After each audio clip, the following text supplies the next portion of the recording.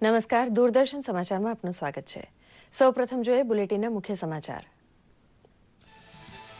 ગુજરાતની 8,527 જેટલી ગ્રામ પંચાયતોની સામાન્ય ચૂંટણી માટે મતદાનનો શાંતિપૂર્ણ વાતાવરણમાં આરંભ. સરપંચ પદ માટેના 26,816 સહિત કુલ 1,20,936 ઉમેદવારો માટે બેલેટ પેપરથી મતદાન. 1.35 લાખ પોલિંગ સ્ટાફ અને 40,000 ઉપરાંત પોલીસ દ્વારા ચુસ્ત બંદોબસ્ત વચ્ચે 22,000 ઉપરાંત મથકોએ મતદાન. એનસીસી કેડેટ્સ ઇન્સ્ટ્રક્ટરના ભથ્થા બમણા કરવાની મુખ્યમંત્રી વિજય રૂપાણીએ કરી જાહેરાત. ગણતંત્ર દિવસની રાષ્ટ્રીય પરેડમાં ભાગ લેનાર એનસીસી કેડેટ્સની અમદાવાદમાં યોજાયેલ પૂર્વ તાલીમ શિબિરમાં થયા સહભાગી. વાઇબ્રન્ટ ગુજરાતમાં 2003થી 2016 દરમિયાન 51,738 એમઓયુ થયા. આ પૈકી 30,065 એમઓયુ કમિશન કરાયા. 4,014 એમઓયુ અંડર પ્રોસેસ. છેલ્લી સમિટમાં થયેલા એમઓયુ પૈકી 72% કમિશન થયેલ એમઓયુને સમિટની જ્વલંત સફળતા ગણાવતા અગ્રણી ઉદ્યોગપતિઓ. નાયબ મુખ્યમંત્રી નીતિનભાઈ પટેલે જાહેર કરી રાજ્યની બાયોટેકનોલોજી નીતિ. બીટી પાર્ક માટે 25 કરોડની જ્યારે ઉત્પાદક કંપનીઓ માટે 50 કરોડ સુધીની કેપિટલ સહાયની જોગવાઈ. રિસર્ચ અને ઇનોવેશન પર ખાસ ઝોક. કાળા નાણાંને સફેદ કરવામાં સામેલ બેંકો સામે આરબીઆઈની લાલ આંખ. ગીર સોમનાથની કોડીનાર નાગરિક સહકારી બેંકમાં રિઝર્વ બેંકનું સર્ચ ઓપરેશન. સોમવારે સમગ્ર દિવસ દરમિયાન તપાસનો ધમધમાટ.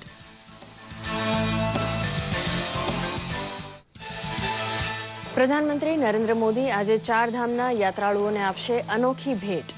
દેહરાદૂન ખાતે 12,000 કરોડ રૂપિયાની 900 કિલોમીટર લાંબી ચારધામ વિકાસ પરિયોજનાનો કરશે શિલાન્યાસ.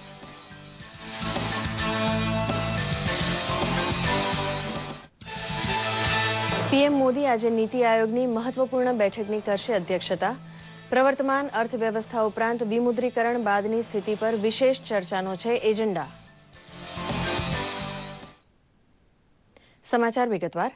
પ્રધાનમંત્રી નરેન્દ્ર મોદી આજે દેહરાદૂનમાં 900 કિલોમીટર લાંબી ચારધામ રાજમાર્ગ પરિયોજનાનો શુભારંભ કરશે. પ્રધાનમંત્રી નરેન્દ્ર મોદી પરિવર્તન મહારેલીને પણ સંબોધન કરશે. ઉત્તરાખંડની ચારધામ યાત્રાને સુરક્ષિત અને સુગમ બનાવવા માટે પ્રધાનમંત્રી દ્વારા 12,000 કરોડની જંગી રકમ ફાળવવામાં આવી છે. ઉત્તરાખંડ ચારધામ યાત્રાના માર્ગમાં 200થી પણ વધારે એવા જોખમી પોઈન્ટ્સ છે જ્યાં સૌથી વધુ દુર્ઘટનાઓ બને છે. આ દુર્ઘટનાઓ ટાળવા 13 સ્થળોએ રીઅલાઇનમેન્ટ પણ કરવામાં આવશે. આ સિવાય 25 મોટા બ્રિજીસ, 3 ફ્લાયઓવર્સ, 18 સુવિધા કેન્દ્રો તથા ગામડાઓ પાસેથી બાયપાસ પણ બનાવવામાં આવશે. વર્ષ 2013માં કેદારનાથમાં બનેલી દુર્ઘટના અને ભયંકર જાનહાનિ બાદ મોટાભાગના શ્રદ્ધાળુઓએ ચારધામ યાત્રા જવાનું ટાળ્યું છે, જેના અનુસંધાને આ નિર્ણય લેવાયો હતો. અર્થવ્યવસ્થાની સમીક્ષા તથા વિમુદ્રીકરણ બાદ ઊભી થયેલી નાણાકીય સ્થિતિ અંગે પરિસ્થિતિનો તાગ મેળવવા પ્રધાનમંત્રી નરેન્દ્ર મોદી આજે નીતિ આયોગ સાથે બેઠક કરશે. આ ઉચ્ચસ્તરીય બેઠકમાં નીતિ આયોગના સભ્યો તથા સંબંધિત વિભાગોના વરિષ્ઠ અધિકારીઓ પણ હાજર રહેશે. બેઠકમાં આર્થિક નીતિઓના સુધારાઓ તથા શક્ય સુધારાઓ અંગે ચર્ચાઓ કરવામાં આવશે. નોટબંધીના 50 દિવસ પૂર્ણ થવાને હવે ગણતરીના દિવસો બાકી રહ્યા છે, ત્યારે સામાન્ય લોકો હેરાન ન થાય તે અંગે સમીક્ષા કરવા માટે નીતિ આયોગ સાથે બેઠક યોજાઈ છે. વિમુદ્રીકરણ મુદ્દે કેન્દ્ર સરકાર વિરુદ્ધ વિપક્ષને એકજૂથ કરવાના કોંગ્રેસના પ્રયાસોને એક વધુ આંચકો લાગ્યો છે. સીપીએમ તથા જેડીયુએ કોંગ્રેસ ઉપાધ્યક્ષ રાહુલ ગાંધી દ્વારા આજે બોલાવવામાં આવેલી એક બેઠકમાં હાજરી આપવા નનૈયો ભણી દીધો હતો. કેન્દ્ર સરકારને નોટબંધી સહિતના અન્ય મુદ્દે સાણસામાં લેવાના પ્રયત્નનો ફિયાસ્કો થયો હતો. બંને પક્ષોએ જણાવ્યું હતું કે વિપક્ષની સંયુક્ત બેઠક માટે સ્પષ્ટ એજન્ડા તથા ઔપચારિક સહમતિ હોવી અત્યંત આવશ્યક છે. ગુજરાતની 8,527 ગ્રામ પંચાયતોની સામાન્ય ચૂંટણી માટે આજે મતદાનનો શાંતિપૂર્ણ માહોલમાં પ્રારંભ થયો છે. 10,279 ગ્રામ પંચાયતોમાંથી 1,325 ગ્રામ પંચાયતો સંપૂર્ણ સમરસ જાહેર થવાથી બાકીની ગ્રામ પંચાયતોના સરપંચ અને વોર્ડ માટેનું મતદાન 9,557 સંવેદનશીલ સહિત કુલ 22,382 મથકોએ યોજાયું છે. આ વખતે મતદારોની સંખ્યા વધુ હોવાથી ઈવીએમના બદલે 44,158 મતપેટીઓમાં બેલેટ પેપરથી મતદાન થઈ રહ્યું છે. મતદાન સુચારુ રૂપે સંપન્ન થાય તે માટે 1.35 લાખ પોલિંગ સ્ટાફની વ્યવસ્થા કરાઈ છે. ચુસ્ત સુરક્ષા બંદોબસ્ત વચ્ચે શરૂ થયેલ મતદાનમાં સરપંચ પદ માટેના 26,816 સહિત કુલ 1,20,936 ઉમેદવારોનું ભાવિ મતપેટીમાં સીલ થશે. આજના મતદાનમાં કુલ 1.65 કરોડ મતદારોને મતદાનનો હક રહેલો છે. ગઈકાલે અમદાવાદમાં આવેલા એનસીસી ગ્રુપ હેડક્વાર્ટર ખાતે પ્રજાસત્તાક દિન પરેડમાં ભાગ લેવા જઈ રહેલા એનસીસી કેડેટ્સના સન્માન અને વિદાયનો સમારંભ યોજાઈ ગયો. આ પ્રસંગે મુખ્યમંત્રી શ્રી વિજયભાઈ રૂપાણીએ ઉપસ્થિત રહીને એનસીસીના અમદાવાદ, બરોડા, વલ્લભ વિદ્યાનગર અને રાજકોટ વિભાગના એનસીસી કેડેટ્સ દ્વારા તૈયાર કરેલ દેશભક્તિથી સભર રંગારંગ કાર્યક્રમને નિહાળ્યો હતો તથા કેડેટ્સ દ્વારા તૈયાર કરેલ વિવિધ રક્ષાકૃતિઓનું નિદર્શન કર્યું હતું. દિલ્હી જઈ રહેલા આ તમામ કેડેટ્સની પસંદગી માટેની સ્પર્ધા એનસીસીના additional director general major Subhash શર્માની સીધી દેખરેખ હેઠળ કરવામાં આવી હતી.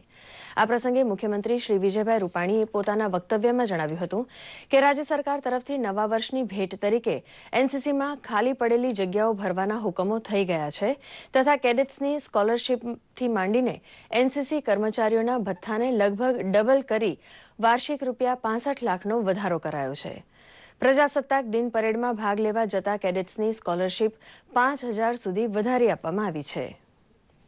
લશ્કર અર્ધલશ્કર દળોમાં વધુને વધુ જોડાય એટલે એનસીસીની પ્રવૃત્તિને વેગ આપવા આજે અલગ અલગ એલાઉન્સીસ એનસીસીની પ્રવૃત્તિના કામ કરનાર એમના ઇન્સ્ટ્રક્ટર્સ આ બધાને જે એલાઉન્સીસમાં વધારો કરી અને આ ગુજરાતની એનસીસીની પ્રવૃત્તિ વધુ સ્ટ્રેન્થન થાય અને ફર્સ્ટ નેશન પછી બાકી બધું આ દેશ માટે, આ રાષ્ટ્ર માટે જીવવાનું છે. આ રાષ્ટ્ર માટે જરૂર પડે તો શહીદી પણ વોરવાની છે. જામનગરમાં આવેલા વાયુસેનાના તાલીમી મથકમાંથી તાલીમ દરમિયાન એક લોન્ચરનો ભાગ જામનગર નજીકના સરમત ગામ નજીક એક વાડીમાં પડ્યો હતો.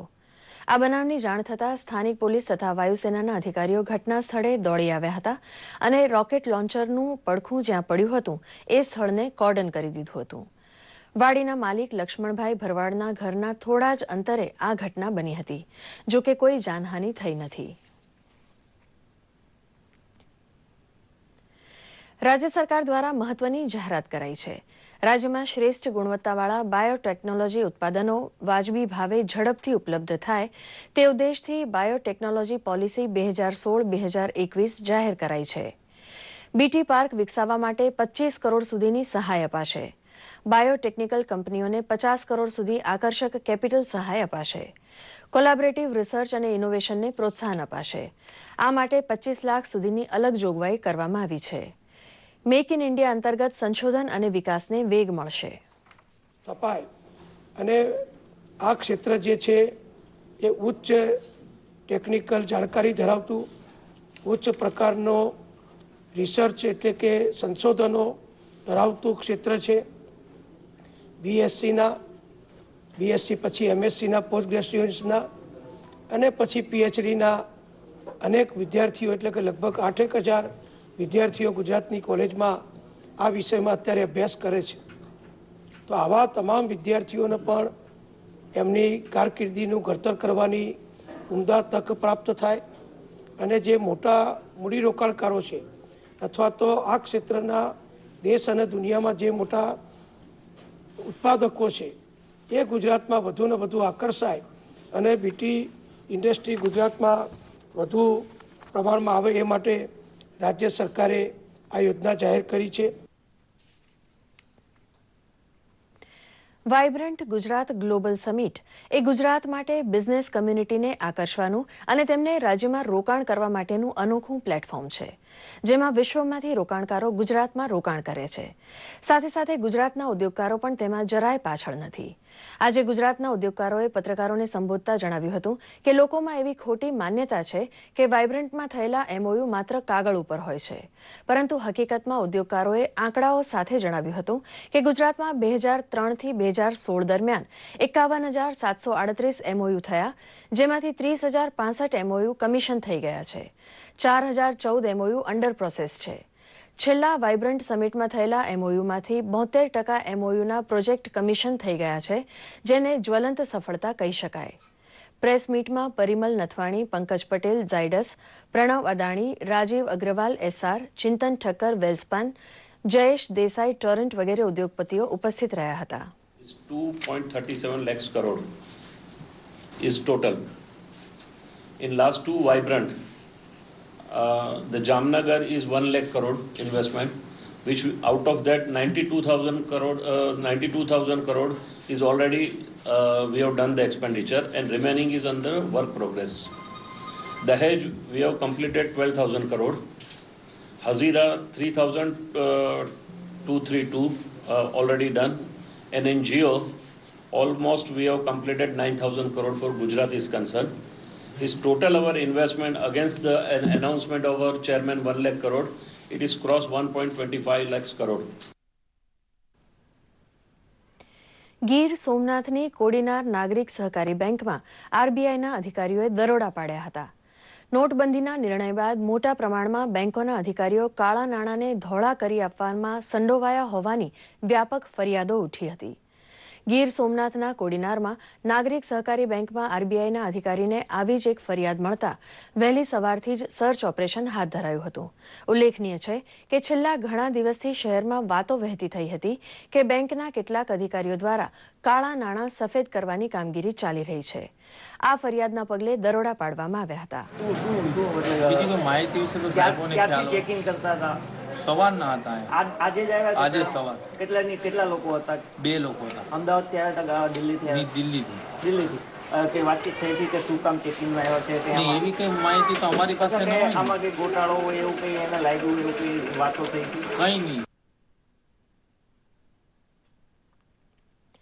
રાજકોટમાં વિમુદ્રીકરણ બાદ નવી નોટો પકડવાનો સિલસિલો ચાલુ રહ્યો છે. ગઈકાલે રાજકોટ ક્રાઇમ બ્રાન્ચ દ્વારા 2000ની અને 500 રૂપિયાના દરની 26 લાખથી વધુ ડુપ્લિકેટ નોટ સાથે 2 શખ્સને ઝડપી લેવામાં આવ્યા હતા. રાજકોટ ક્રાઇમ બ્રાન્ચના અધિકારીઓને અગાઉથી મળેલી બાતમીના આધારે રૈયા રોડ ઉપર હનુમાન મઢી ચોક પાસે પોલીસ વોચ ગોઠવવામાં આવી હતી. ત્યાંથી પસાર થતી સ્વિફ્ટ કારમાં તલાશી કરતા 26,10,000 રૂપિયાની નકલી નોટ સાથે હૃદય મનસુખ જાગાણી અને લક્ષ્મણ રૂડા ચૌહાણ પકડાયા હતા. હૃદય મૂળ ગોંડલના દેવડા ગામનો અને લક્ષ્મણ મૂળ કચ્છના રાપરનો રહેવાસી છે. તેઓ અમદાવાદના બોપલઘુમા રોડ ઉપર બનાવટી નોટ છાપવાનું કારસ્તાન ચલાવતા હતા. પોલીસે બંને પાસેથી નોટો છાપવાનું પ્રિન્ટર કબજે કર્યું હતું. પોલીસ કમિશનર અનુપમસિંહ ગેહલોતે જણાવ્યું છે કે તેઓ અમદાવાદથી રાજકોટ નકલી નોટોની ડિલિવરી માટે કારમાં આવતા હતા. મૂળ બોટાદનો જિગ્નેશ શાહ આનો માસ્ટર માઇન્ડ છે. वहां से ये स्विफ्ट गाड़ी पकड़ी गई, गाड़ी को पूरा सर्च किया गया तो जो स्पीकर होती है, स्पीकर जो म्यूजिक सिस्टम का स्पीकर था उसके पीछे ये नोटें छुपा के रखी गई थी और साथ ही साथ एक एचपी का अच्छी क्वालिटी का एक प्रिंटिंग मशीन भी पीछे गाड़ी के पीछे थी. तो ये पूरा जब चेक किया गया तो उसमें पाया गया कि 2000 रुपए की कुल 26 लाख रुपए की वहां पे नोटें थी और 500 की कुल 10,000 रुपए की थी. इस तरह मिला के 26,10,000 की डुप्लीकेट नोट थी. इसमें ऐसे पता चला कि जो 2 आरोपी थे दोनों अहमदाबाद के थे. एक हृदय भाई मनसुख भाई जगानी जो कि सॉफ्टवेयर में काफी एक्सपर्ट है और पहले भी ये प्रिंटिंग प्रेस में ये प्रिंटिंग काम करता था, इसलिए इसको ये तजुर्बा था, एक्सपीरियंस था कि किस तरह से छापना चाहिए नोटें और किस तरह से कटिंग करना चाहिए. दूसरा इसका साथी था और ये अभी जो रुदा भाई है ये सीसीटीवी काम करता है. दूसरा आरोपी लक्ष्मण था, जो है लक्ष्मण भी गारमेंट शॉप है. ये दोनों मिल के यहाँ पे आए थे और इनका अभी तक जो इंट्रोगेशन में जो बातें आई हैं कि इनका जो हैंडलर था वो जिग्नेश शाह करके है, जो लैंड ब्रोकर अहमदाबाद में, वही सब ग्राहक को ढूंढता था और कहाँ पे सप्लाई देनी है, कितने नोट भेजने, वही काम किया करता था.